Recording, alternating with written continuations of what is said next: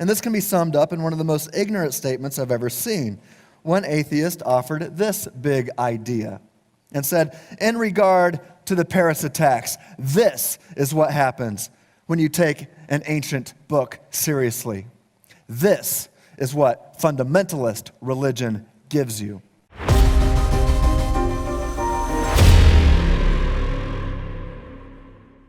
You know, these ideas, these thoughts have consequences. It reminds me of what Paul says in Philippians 4:8.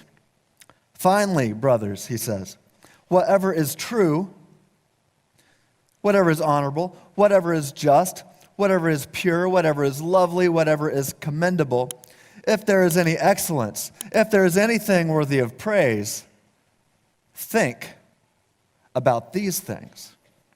Think about these things. So Paul tells us to think in certain ways. Why would Paul tell us to think this way? Well, I think it's because the way we think is important. Because ideas have consequences. Have you heard that before? Ideas have consequences. All one has to do is to watch the news, to see the many ideas that people are offering, and then see the consequences that follow from these ideas.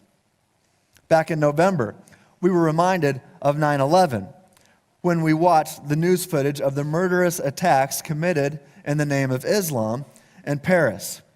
These attacks were the consequences of previously held ideas. The next morning, I believe it was a Saturday morning, I awoke to a new kind of attack, as I witnessed some other big ideas being communicated on social media. These ideas, though, these new attacks, were not coming from Muslims any longer. They were being committed by atheists. In fact, a cartoonist responded to the hashtag Pray for Paris refrain that became popular over the following days after those Islamic attacks in Paris. A cartoonist responded in this manner and said, "Friends from the whole world, thank you for hashtag Pray for Paris, but we don't need any more religion." I saw many other atheists railing against Christians after these Islamic attacks. You would have thought that Christians were the ones that were committing these terror attacks. And this can be summed up in one of the most ignorant statements I've ever seen.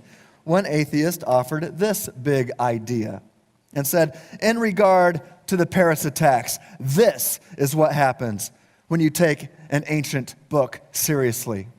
This is what fundamentalist religion gives you. Now, although there was no specific mention of the Bible or Christianity in this comment, his intentions were heard loud and clear, and many young, impressionable minds might be influenced by such propaganda. However, this statement of his is logically incoherent. It's ignorant, actually. This misguided statement commits what philosophers call the broad brushstroke fallacy. And it's a hasty generalization. He seems to be attempting to put all religions in the same basket. That's his idea. The consequences of his idea are incoherence, are ignorance.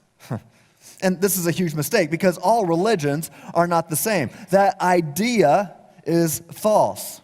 Sure, one religion that takes one ancient book seriously can lead to violent terrorist attacks, and it does. But then does it logically follow that all religions that take other ancient books seriously would lead to the same thing? Of course not. That does not logically follow. That's an error in thinking. That idea is wrong.